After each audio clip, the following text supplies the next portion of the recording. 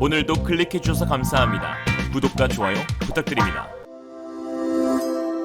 Realism. 한국항공우주산업 카이에서 개발한 FA-50 공격훈련기를 48대 도입하기로 한 폴란드가 이제 세계 네 번째 FA 운용국이 된 가운데 이를 발판 삼아 한국형 4.5세대 첨단 전투기인 KF-21 보람의 수출도 탄력을 받을 수 있다는 전망이 나오고 있습니다. 그동안 폴란드 국영방산업체 회장과 각종 정계 인사들의 발언을 통해 KF-21에 대한 폴란드의 관심이 수차례 확인되기도 했었는데요. 이런 상황 가운데 특히 지난달 28일 폴란드 매체 디펜스24에서는 보다 더 구체적인 시기와 방식에 대해 논의되어 관심을 끌고 있습니다. 미래형 5세대 항공기인 KF-21 프로그램 참여 기반을 마련한 폴란드라는 제목의 기사에서 폴란드가 공군을 위한 군사기금 프로그램을 통해 미래형 전투기를 획득할 경우 한국이 개발한 KF-21 전투기 프로그램에 참여할 수 있다며 이와 같은 경우 폴란드는 자국 최대 항공업체인 비드고스츠의 WGL 공장을 통해 참여하게 될 것인데 이들은 이미 F-16 및 C-130 허큘리스 항공기에 대한 유지보수 작업을 수행한 경험이 있는 폴란드 항공산업의 선두주자라고 했습니다. 그러면서 적어도 국영방산업체인 PGGS는 이미 한국항공우주산업과 협력 가능성을 검토하고 있는데 폴란드가 FA-50PL에 국산화에 합의했으므로 상위 전투기 역시 한국 측과 협력을 가질 수 있을 것이다 라고 했죠.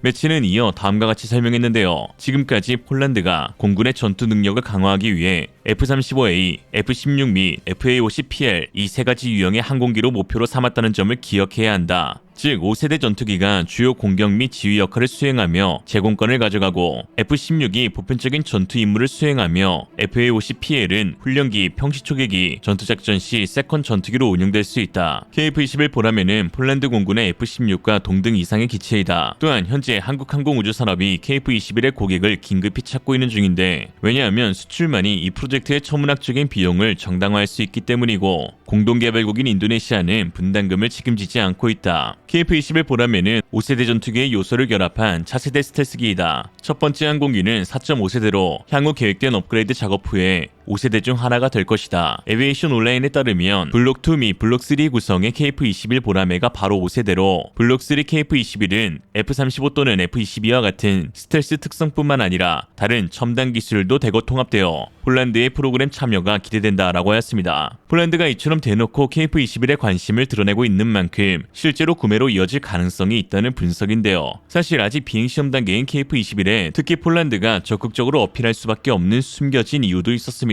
이는 폴란드 공군 중장의 발언을 통해 알 수 있었는데요. 크게 세 가지로 첫째, 도입한 FA-50PL의 급을 뛰어넘는 성능, 두 번째, KF-21과 FA-50PL의 상호 운용 메리트, 세 번째, 폴란드 공군의 하이 미들 로우 믹스 전략 방식으로 꼽을 수 있습니다. 현재 폴란드의 주력 전투기는 2006년에 도입한 48대의 F-16 블록 52 플러스 버전입니다. 폴란드 공군 중장인 노박 장군은 FA-50 도입을 정당화하는 발언에서 주력 전투기 F-16과의 비교를 통해 FA-50PL의 미친 우수성을 강조하기도 했는데요. 결론부터 말씀드리면 로우급으로 들여온 FA-50PL의 성능이 미들급으로 운용하는 F-16 블록 52 플러스와 동등 이상으로 추후 주력 전투기 교체 논의가 나올 수밖에 없는 구조라는 것입니다. 노박 준장은 FA-50에 탑재된 엘타 2032 레이더의 운용 모드와 탐지 범위를 확인해본 결과 F-16의 AN/APG-68 기계식 레이더와 대등한 것으로 나타났다며 더군다나 FA-50PL은 향후 A사 레이더로의 업그레이드가 계획되어 있다고 말하였습니다. 그러면서 또한 FA-50PL은 AIM-9 사이드와인더와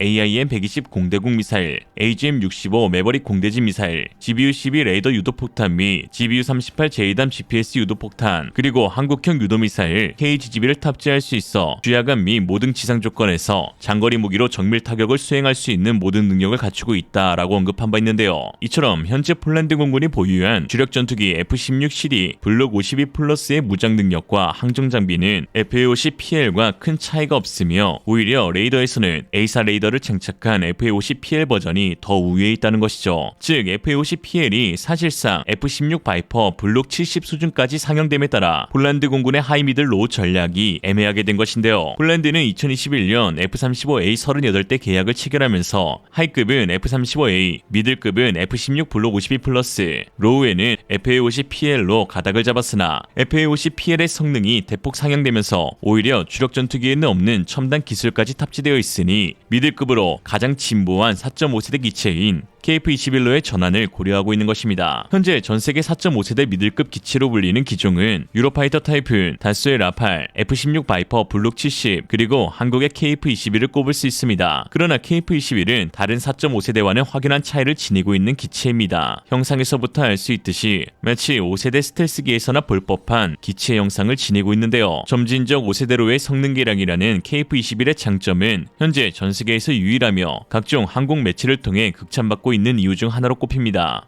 특히 현재 미국에서도 4.5세대 전투기에 대한 중요성이 언급되면서 KF-21의 가치는 더 크게 상승할 것으로 보이는데요. 미국 군사 전문가 포퓰러 메카닉스에 따르면 F-35A의 막대한 운영 유지 비용 대비 효율성 문제로 향후 도입 숫자를 점차 줄여갈 예정이며 노후화된 F-16 전투기 역시 F-35가 아닌 새로운 4.5세대 전투기로 대체할 계획을 세우고 있다고 하였습니다. 미 공군 참모총장 찰스 퀸턴 브라운 주니어는 현재 운용 중인 F-16을 직접 대체하기 위해 4.5세대 또는 5세대 마이너스 전투기를 도입할 예정이라고 밝혔는데요. 물론 그것이 꼭 KF-21을 뜻하는 것은 아니겠지만 이러한 발언은 4.5세대 전투기의 장점을 알려주는 발언이었습니다. 그렇다면 왜 미국은 하이급인 F-35A가 아닌 중형급 4.5세대 전투기를 도입하려 하는 것이고 4.5세대 전투기를 도입한다면 F-16 바이퍼 블록 70을 도입하면 되는데 왜 F-16 바이퍼는 고려하고 있는 후보 목록에 없다고 말한 것일까요? 이와 관련해 브라운 공군 참모총장은 다음과 같이 말하였습니다. 미 공군은 기존 4.5세대 전투기에는 없는 새로운 능력의 4.5세대 전투기를 원하지만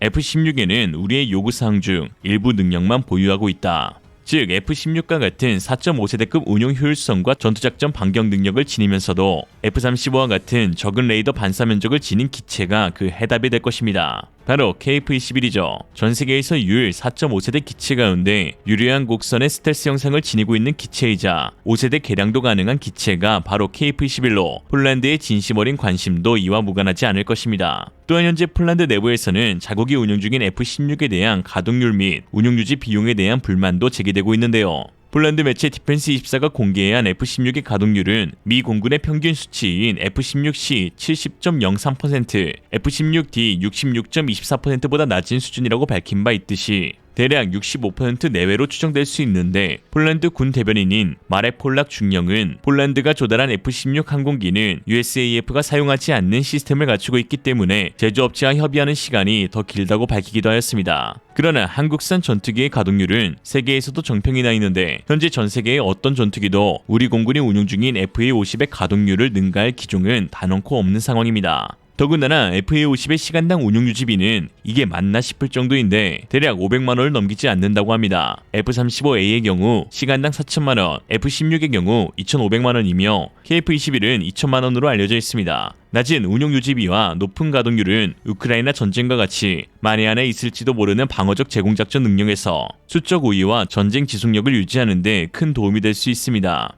마리우시 보야차크 폴란드 국방부 장관 역시 자국이 보유한 M346의 낮은 가동률과 높은 운용 유지비를 지적하며 FA-50은 우리가 보유한 장비로 상호 운용이 가능하고 최신 무장 장착이 가능한 폴란드 공군의 최적 기종이라면서 FA-50을 구매하기로 한 배경을 말하기도 하였습니다. 우리나라 국산 전투기 개발은 독자적인 전투기 플랫폼을 구축하게 하고 성능 개발은 물론 융통성 있게 무기도 장착할 수 있으며 또 적은 운용비로도 높은 작전 가동률이 가능하게 하는 이점들을 가져왔습니다. 부품 국산화를 통한 안정적인 수급이 가능하기 때문이죠. 한편 KF-21의 공동개발국이라 말하는 인도네시아는 한국과 폴란드와의 협력이 심화될수록 초조한 마음을 감추지 못하고 있는데요. 최근 FA-50 블록 20을 구매하기로 한 또 다른 국가 말레이시아에서는 인도네시아가 KF-21 사업에서 곧 팽당할 것이라며 놀리기 바쁜 상황입니다. 말레이시아 언론 디펜스 시큐리티 아시아는 폴란드 KF-21 보람의 협력 파트너로 인도네시아 대치되나 라는 제목의 기사에서 인도네시아는 KF-21의 개발 비용의 20%를 지불하지 않은 혐의를 받고 있어 한국이 5번째 시제기를 공개할 때에는 인도네시아 국기마저 없애버렸다. 그리고 한국이 폴란드로부터 수주받은 막대한 무기 계약으로 인해 올해 세계 최대 무기 수출국이 된 만큼 향후 KF-21 도입도 충분히 예상할 수 있다라고 했죠.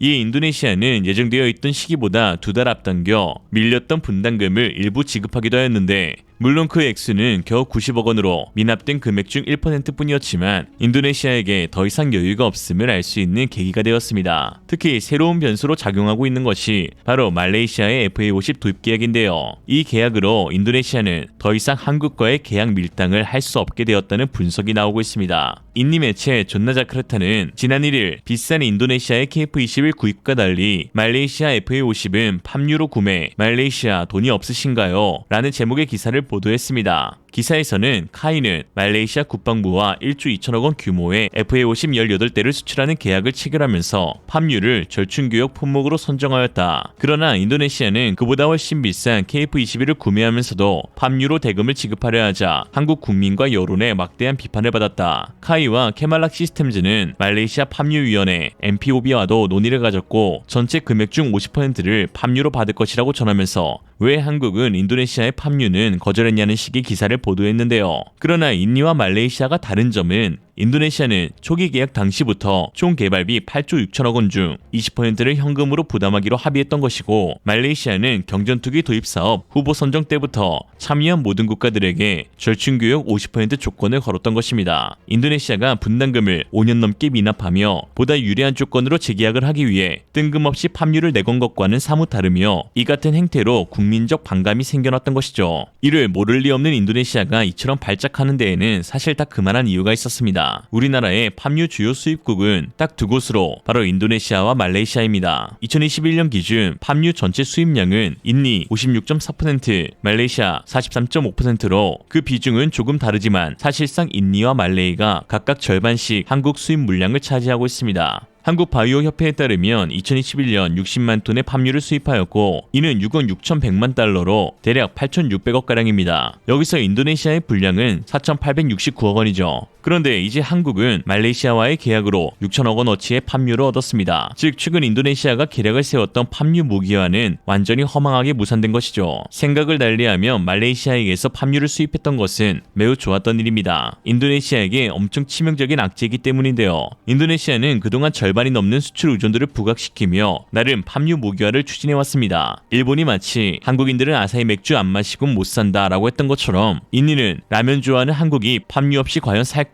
싶었던 것인데요. 이에 실제로 팜유 수출 제한까지 걸어 국제 팜유 거래 가격이 2배 이상 급증하기도 하였습니다. 이는 KF21 재협상에서 절충구역 품목으로 언급되고 있는 자국산 팜유의 가치를 끌어올리기 위한 수단으로 즉 협상에서의 경쟁력 제고를 위함이었죠.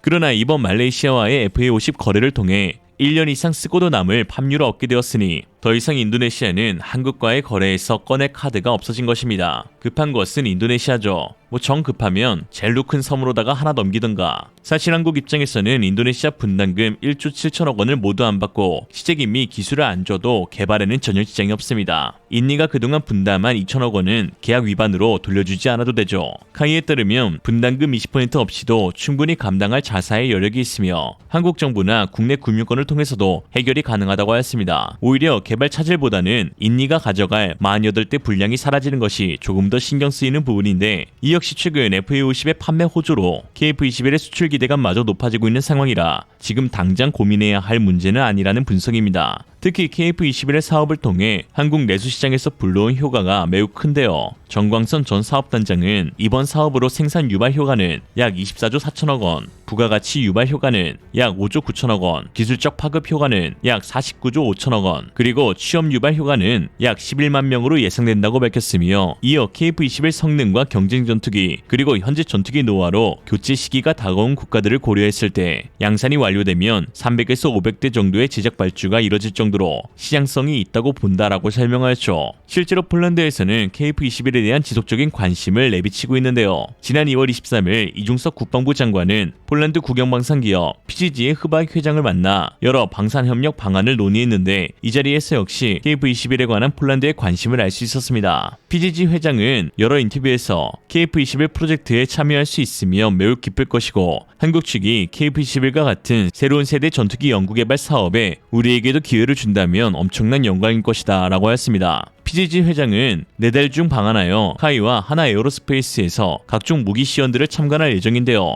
이와 관련해 서울시 용산구 동자동에 거주 중인 김철근 씨는 한 가지 예상 못한 제안을 하여 화제가 되고 있습니다. 그는 다음과 같이 말했는데요. 회장님 오실 때 KF-21 비행 시험하면서 배면 비행으로 국기 뒤집는 퍼포먼스 해주면 폴란드 참여각식에 나올 것 같습니다. 인니는 착잡, 폴란드는 착착. 이상으로 리얼리즘이었습니다. 여러분의 생각은 어떠신가요? 현명하고 지혜로운 여러분의 의견을 지금 댓글에 남겨주세요. 감사합니다.